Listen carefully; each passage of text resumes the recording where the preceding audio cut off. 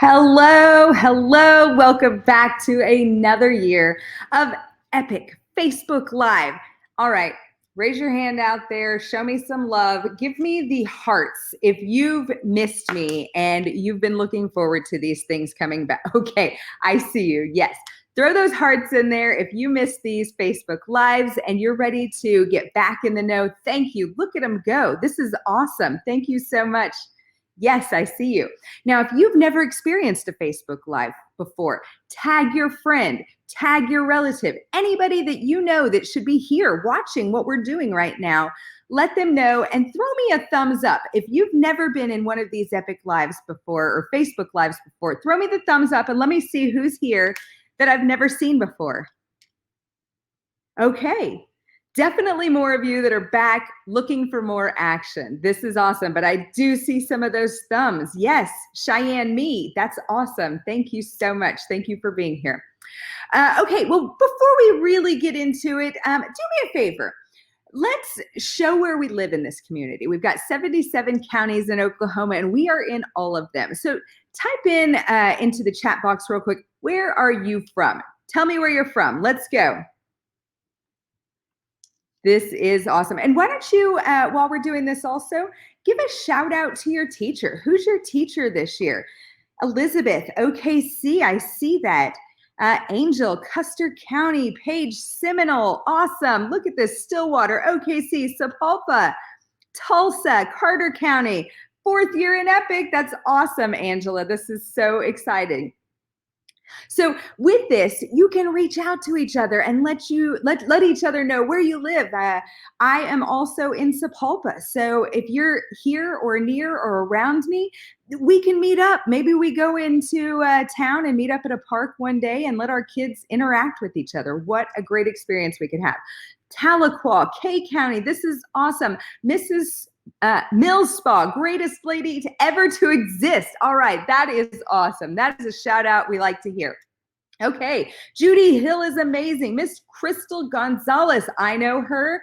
This is awesome, guys. Keep those comments rolling. And what we're doing today is we're answering your questions. But I've got two special guests with me today. I've got Superintendent of the School, Bart Banfield, and I've got Managing Director of Technology and Education, Beth Powell. Welcome to the show today, guys. This is a treat to have you both on here. I'm so excited. Bart, tell us,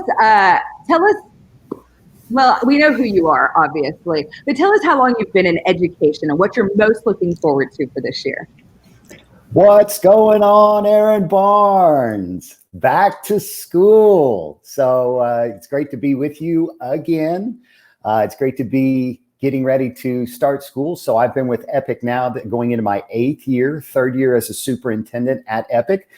Prior to that, spent 16 years working in traditional brick and mortar schools, everything from a teacher to a coach to a principal to a superintendent.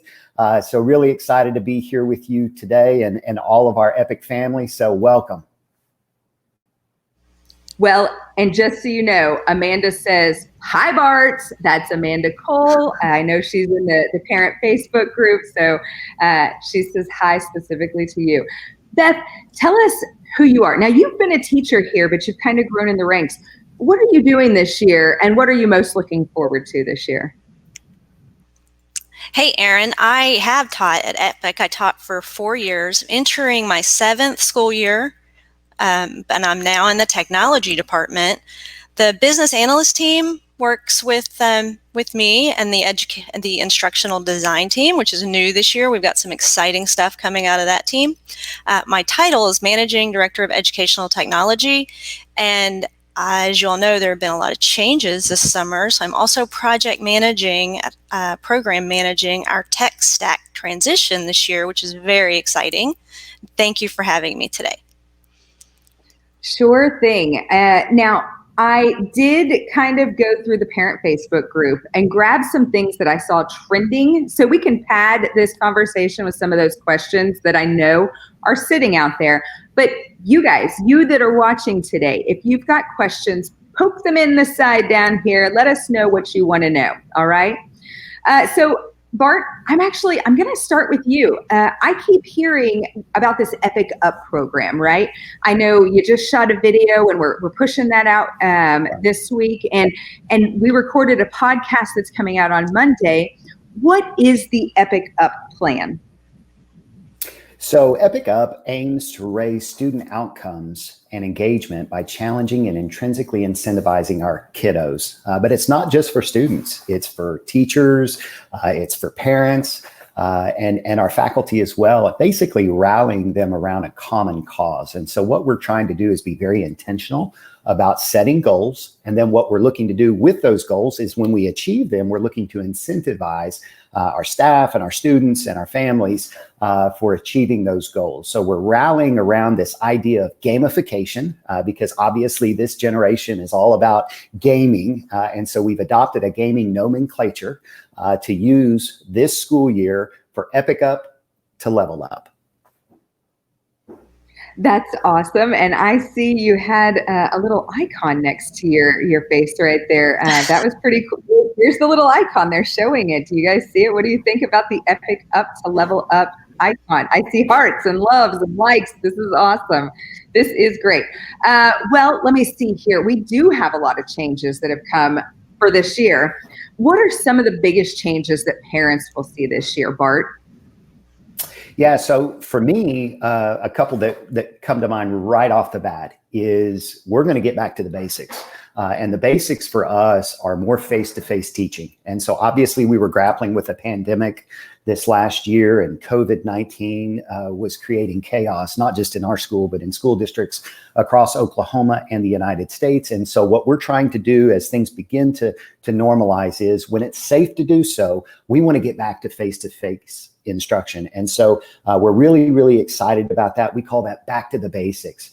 The next thing that you're going to see that's different for us is a lower teacher to student ratio.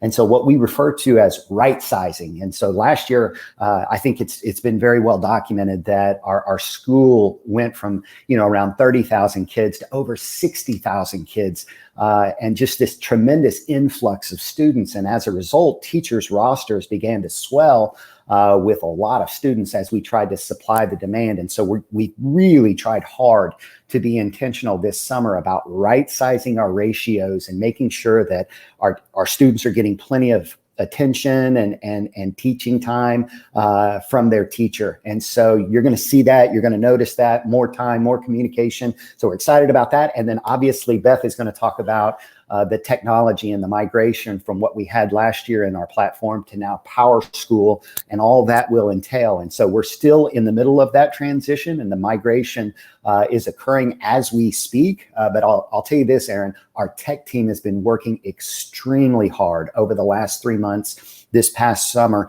to make sure that we have as seamless a transition as possible. Yeah, and Beth, I know it takes, we were told traditionally 8 months, right, to build out the Power School and make sure it's ready to go. But your team has killed it in the last 2. Do you even sleep? Are you okay? Can we, send help your way?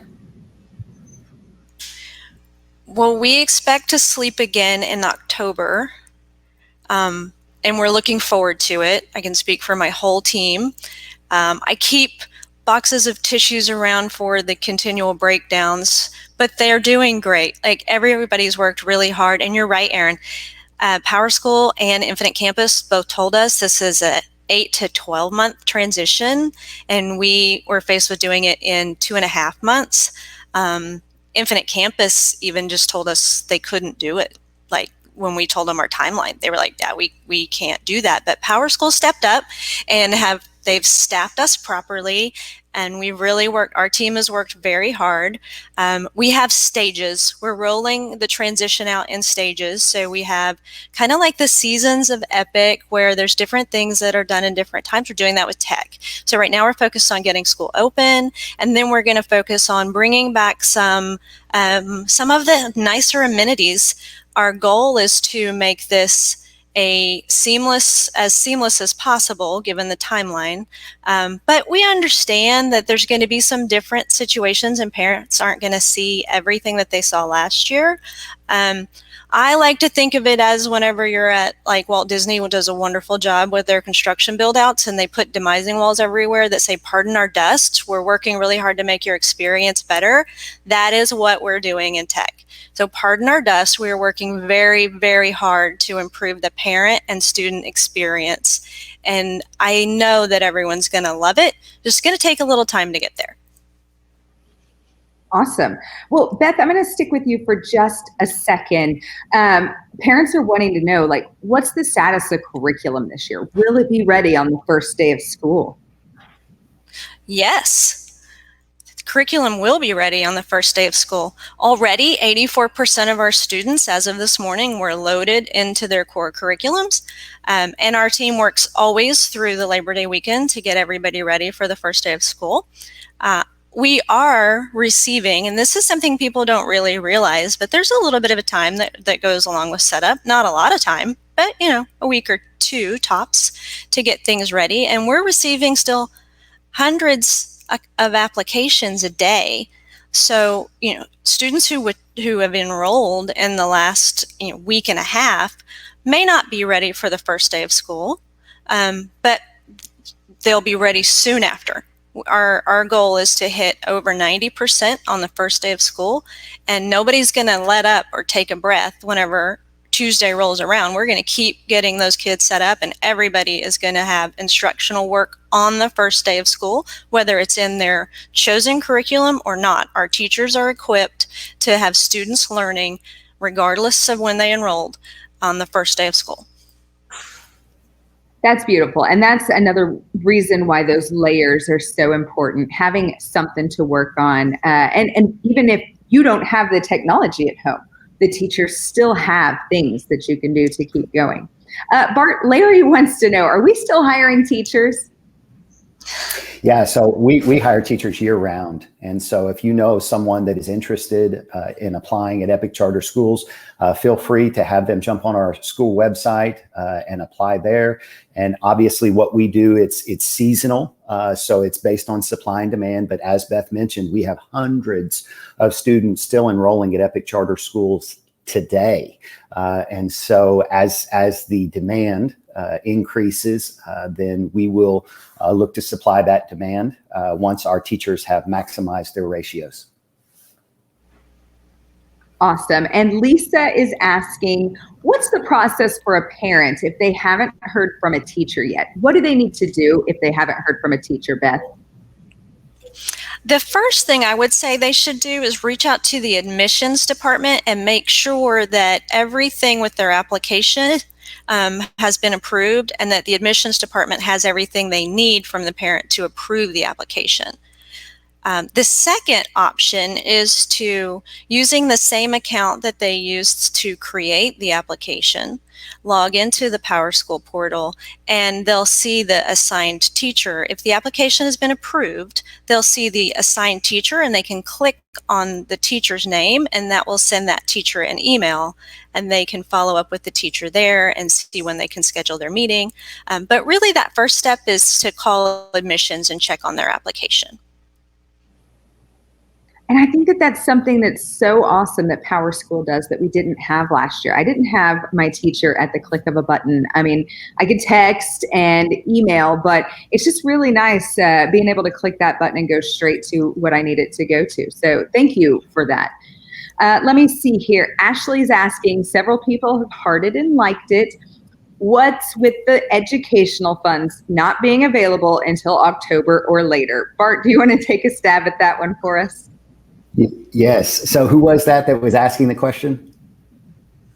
Ashley, Mia, and several likes and hearts. Yeah. So Ashley, Mia, let me jump in here because this is absolutely a frequently asked question internally and externally. What's going on with Learning Fund and when are we going to be able to get our supplementals? So let me give you the answer. The answer to your question is the free supplementals are going to be pushed out this next week. And so when I say free supplementals, what I'm talking about are things like ACT Prep, No Red Ink, Alex Math, Magoosh, IXL, benchmarking.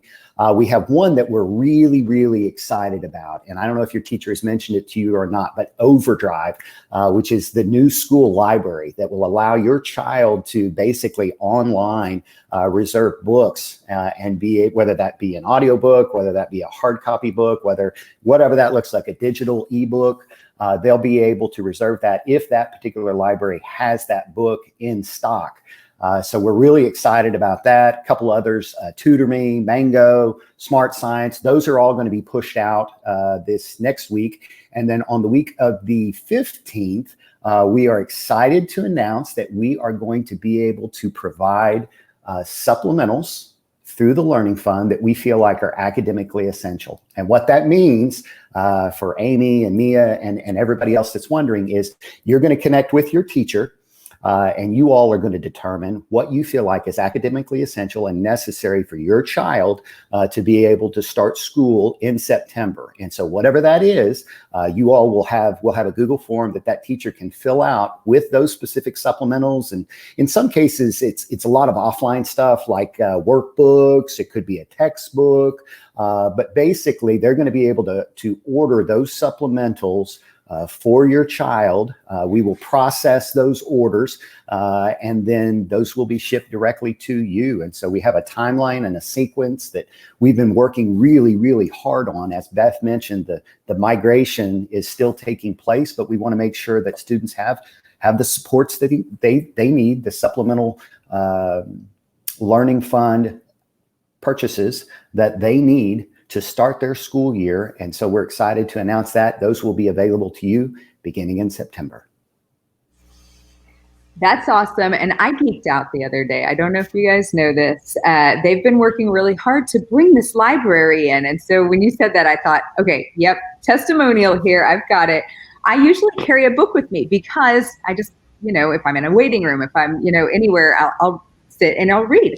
And I'm in between books right now. And when that communication came out the other day that it's available, I immediately downloaded it and started Andy Ware's book, Hail Mary. I'd read The Martian. This one's in here. Guys, it's like popular titles. The Hate You Give, The Martian. I mean, Anne of Green Gables. The Mayan library was awesome and fascinating and filled with so many options for kiddos. But you really couldn't find those super popular titles.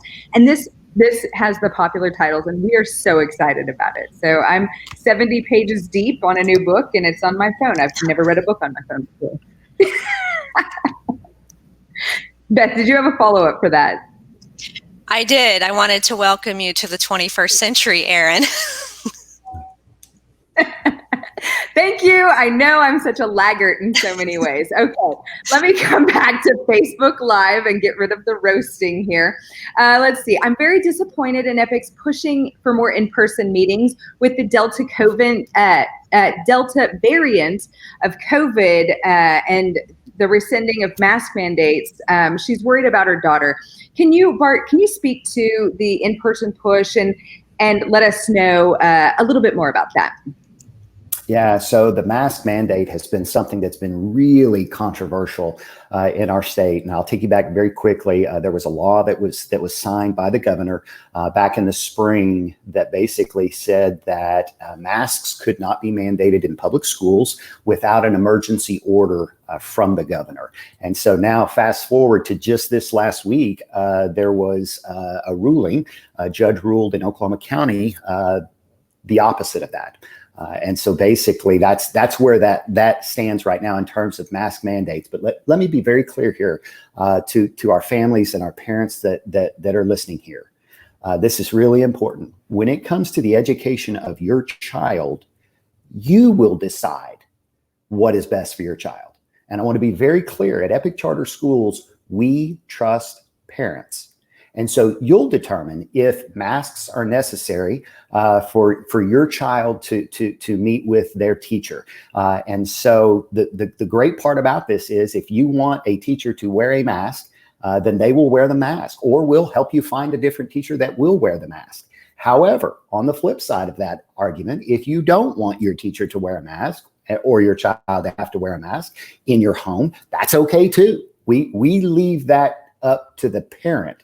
You will decide. And in some cases, I'm going to be honest with you, Aaron, we've got families that have children and students with autoimmune deficiency, medical conditions, and things that put them at risk. And we have families last year, and we're going to have families this year that say, you know what?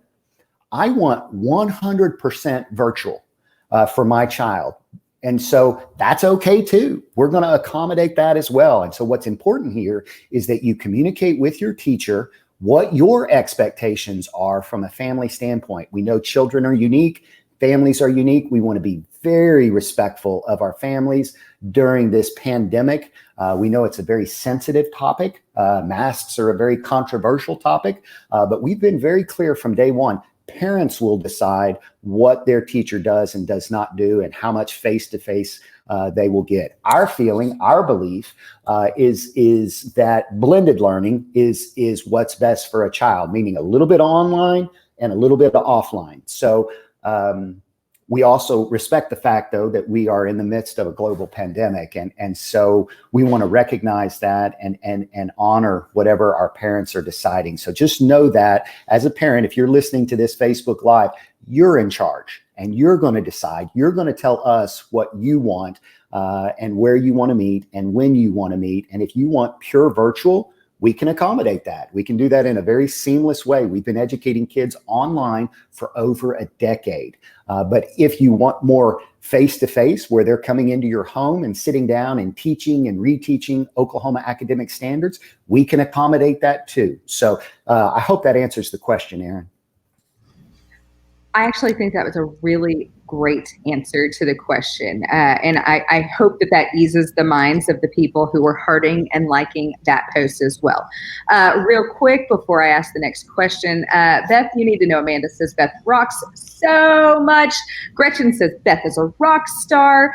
Amanda's also saying, thank you. You have no idea what undertaking this is. Thank you so much. Props to the tech team working around the clock on the weekends. Like, you're getting some love there. I just wanted to let you know. Let me see. Thank you for the staff for working so hard this summer. When will we be able to place orders for offline curriculum? Is it still looking like November at the earliest, Bart? Yeah, it is. And the challenge here, and I want Beth to speak to this more in depth because she's more in the weeds on the technology piece than we are. We have transitioned to a new technology for our learning fund called SpinBridge. And so what is essential is that as we transition from the old system that we were using last year to the new system this year, our learning fund is completely public. It's 100% transparent, and we think that's a good thing. But with that comes the accountability and the accounting of these learning fund dollars. And so, Beth, if you could jump in here and talk about the transition to SpinBridge and why we're looking at right now a November timeline for those off-menu items. So Bart is absolutely correct. The transition to a public-facing learning fund brought in an entire accounting side of things that didn't exist in our previous system. So we had to really go find something different. Well, as you all know, our school is unique in this nation, and there's no out-of-the-box software that's going to satisfy our needs. So we did find something that satisfied about half of our needs, and we partnered with them, and they're working with us to redevelop really their platform to accommodate our school. And it's a big school. So one of the things that we needed to do while we add customized development to this platform is minimize the numbers of users in the platform until they can get the platform ready to accommodate all of our families, right? So we put 1,400 or 1,700 teachers in. I'm sorry, I don't keep up with our teacher count very well. That platform can handle that, but if we put 30,000 families in, we're very concerned that we haven't given them the time to grow their platform to accommodate it. So we don't want to put you guys in there and frustrate you with crashing system. So we're not going to do that, but we want you to get what you need. Additionally, they've, again, because they're not an out of the box, they're going to have to go through, and they're working very hard on that. They too are working weekends to make their user interface work very well for our needs. So they're rebuilding their user interface, and we believe that we found a great partner in SpinBridge, and that you guys are really going to like the system, and we will get you in as soon as we feel like it's safe to get you in. Thank you so much. That really helps. Real quick, we've got Jessica saying, so excited. My kids will be able to finally see their teacher this year. Last year was tough because we couldn't see them. Lisa says, my girls love Epic. Thank you for the special attention they get from Mrs. Daves. Let me see here. We're ready for teachers. Thank you, Epic administration. This information is gold. Okay. Let me see here.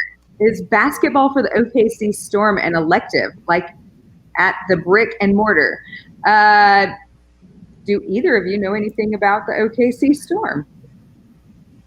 How old is the child? High school? I don't have that. So I can speak to that at a high school level. There are portfolio electives available to our students that you can work with your teacher on, and that may qualify. I can't say for certain because I don't know the child's age or what they might need for their graduation progress, but definitely ask your teacher about that because it's a possibility. Awesome. Thank you. Jessica says, thank you for the supplemental learning funds that will help out for my pre-K and sixth graders so much. Mia says, September 15th will be amazing. Thank you for pushing so hard for that. Willis says, my kiddos love Epic's choices for different subjects. Thank you for the progress. My daughter actually enjoys school now. Willis, thank you. That is so awesome to hear. I actually got goosebumps. My students in first grade, so hands-on supplements are critical. That's wonderful news. People are really liking this, guys. Thank you for easing their minds. This has been so awesome. Thank you for actually saying that, Mr. Bart. That probably was mask mandates, but it's out of context here. Does the Epic office in Tulsa have a waiting area for parents? So right now, Amy, the Epic Tulsa office is closed and under construction, but we are hoping that waiting area will be available when they do open back up. Let me see here. Regarding virtual, do you need to communicate that with your MDI? With your MDIs, we wanted 100% virtual and received some pushback. I have a feeling that everybody will hear that today, Miss Mia. Thank you for letting us know. Well said, Bart. Okay, Bart, you're killing it here. In-person meeting. This is going to be an awesome year. Props to the GSSs for working their tails off. Thank you, Shauna, for that message. Melanie says, can you explain what the online benchmark system will look like? It seems like who want virtual use that instead of teachers monitoring benchmarks versus okay, so I'm thinking this is the benchmarking live. Beth, can you speak at all to benchmarking live? I know assessments isn't your area, but you kind of are the hamster in the computer that knows everything, right? I don't understand the question, but I know that it is an option this year again, and I don't think it's limited to any one type of enrollment versus another. I would point them to their teachers for more information, or we can follow up maybe, Erin, with information from the assessments team.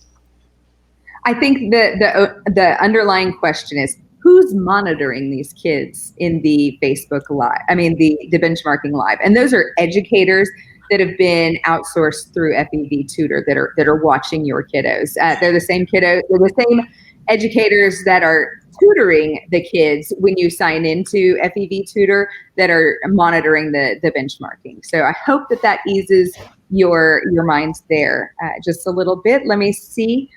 Mia says, so to be clear, can teachers order offline curriculum on September 15th, but parents can't until November-ish? And I think Go ahead, Beth. So this year, teachers will actually place all of the orders. teachers can order on September 15th things that are academically necessary. And it's just an offline early order for things that are needed, like, very quickly. The school supply kits, I don't think we talked about those, but those are also going to be available for order next week. So, those are really neat kits. They've got crayons and markers, and Chandler's going to get on to me if I go too further and say something that's actually not in one of the kits, but things that you need that are consumables are also in those school supply kits. In November, we will open that up so that teachers will still place the orders, but it won't go through an academically necessary approval process. Okay, and guys, it is 12:30. I want to honor your time. There are a couple more questions in the chat section, but we're going to get to your questions. We're going to give you your answers that you're looking for. All right. So throw the thumbs up in there. Shoot me a yes if you're ready for this school year to begin. And Bart, Beth, thank you so much for being here. Everybody, thank you so much for making EPIC a top place to work and a top place to learn.